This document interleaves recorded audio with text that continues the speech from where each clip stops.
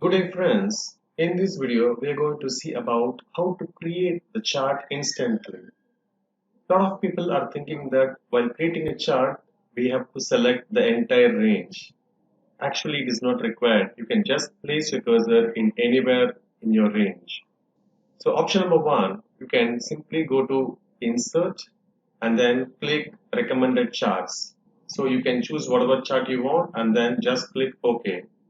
So this is option number 1 where you can easily create an instant chart so that the Excel itself will understood about the range here, and then based on that it itself creates the chart for you. And the beauty here is the chart has its own title from here. This is option number 1. So option number 2, very simple. Select anywhere in your range and click Alt F1. That's it. Immediately a chart will be created for you. Alt F1 is the shortcut key to create the chart inside the sheet. This is option number 2. And option number 3, you can click wherever you want and just press F11. Instantly, a sheet has been created with a chart.